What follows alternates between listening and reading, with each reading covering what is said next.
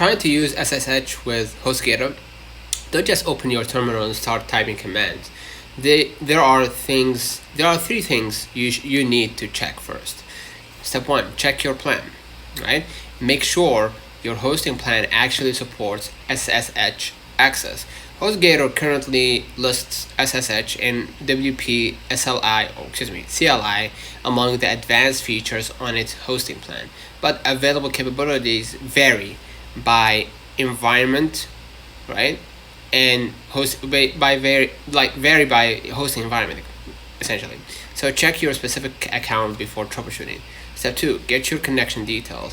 You will need the correct host name, username, port, authentication details. Depending on your account, SSH may already be available or may require activation.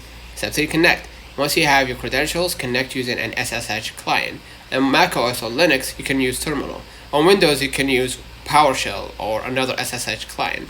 And once you're connected, you can manage supported files, run commands, work with Git, and perform tasks much faster than through a graphical interface. So the part people forget about SSH is that it doesn't automatically mean root access. On shared hosting, you're still operating inside restricted environment, right? If you need complete server level control, that's where VPS hosting comes in. HostGator's VPS offering specifically advertise full root control. So SSH can make HostGator much more useful for developers, but remember, check your plan, get the correct credentials, then connect. And don't expect shared hosting SSH to give you the same control as a VPS.